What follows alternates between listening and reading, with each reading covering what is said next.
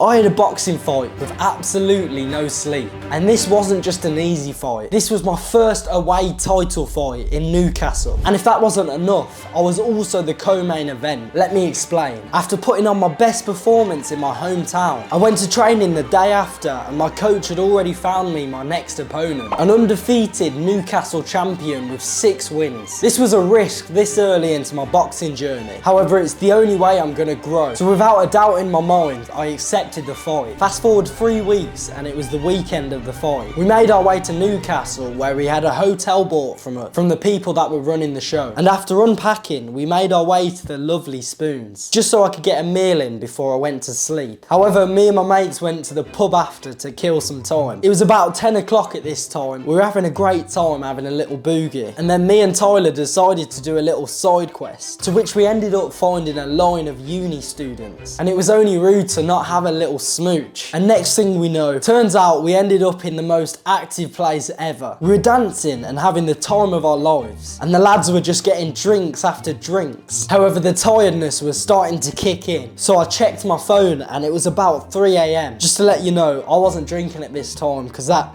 would have been even more stupid than it already was. So yeah, we made our way out the club and got an Uber back to our hotel. By this time, all the lads were pretty smashed, and I ended up being the most sensible one. And just as I thought things couldn't get worse, I transferred all my tism to the rest of the group. And when we got in the hotel, they started playing knock door run on our neighbours. And an angry Geordie came out of one of these rooms, banging our door, so we barricaded it with a cupboard in our hotel. And I'm the only sober one, and I'm fighting tomorrow, and I'm trying to sleep.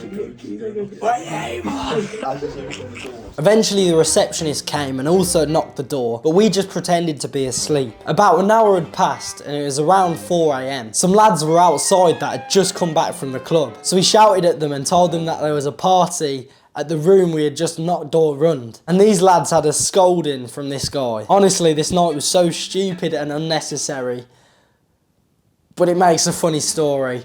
I do not recommend doing this before you fight, guys. Don't do what I did. And I also apologise to the guy we kept up all night and all the carnage we caused. I do not recommend any of it. Nevertheless, it was about 5 AM, and now at this time, well, I had been ready to go to sleep, but now I was generally feel my eyelids sagging, just wanted to go to sleep.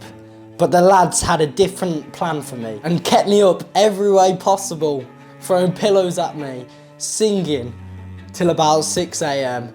And then eventually everyone got tired and we fell asleep. But little did we know, we had to check out at 10 AM. So I had a minimal disturbed sleep. I must have woke up about 3 times. And this was the day of the fight. I thought I'd be more nervous than I would have been. I just want to say, I don't want this story to take away from my performance and my opponent. This was all my choice, and stupid decisions get stupid rewards. And I've learnt a lot from this weekend. Now it was the day of the fight. Pretty much we just chilled till about 5 AM. Me and Tyler chilled in the car, planning some ideas, got some breakfast, whatnot. And then we made our way to this absolutely sick venue. This was my 5th fight, and even though I had all these obstacles, I was sleep deprived, I was away from my hometown, I was a more experienced fighter. I'm not gonna lie to you, this was the most confident I've ever felt. And I'm not too sure why. There was one thing different I had in this camp, and I had sex. I don't know if that changed it, it might not, but my confidence was supreme. Let's just get into the fight, enough talking.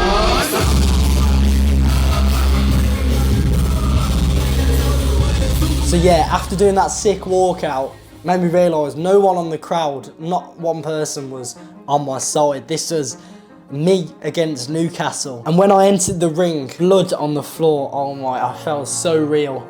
A couple months ago I would have been scared of this, but this fight I was like, I want to be here. I seen that blood. I knew what I was getting myself into, and I was just happy to be there. We introduce it first, representing the blue corner, represent Dillwyn Boxing Academy, with a record of 3 wins and 1 loss, Daniel Cuttle! And his opponent in the red corner, representing Fellow Warriors, with a record of 6 wins and 1 loss, Bobby Lochran!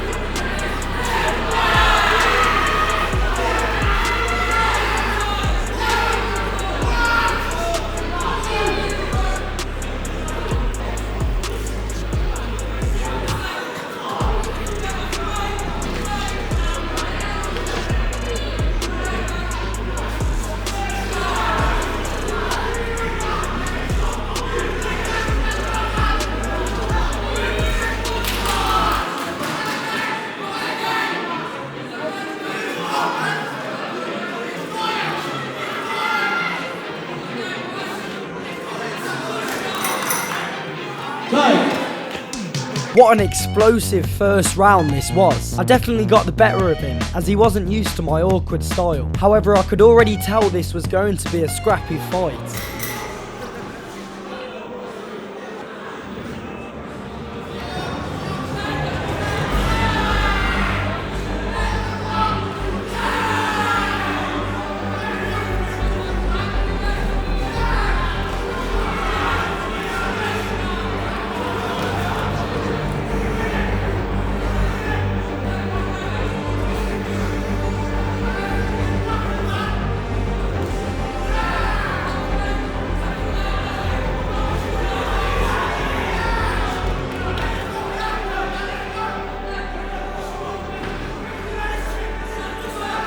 These are the main events, everybody. Make some noise all the way.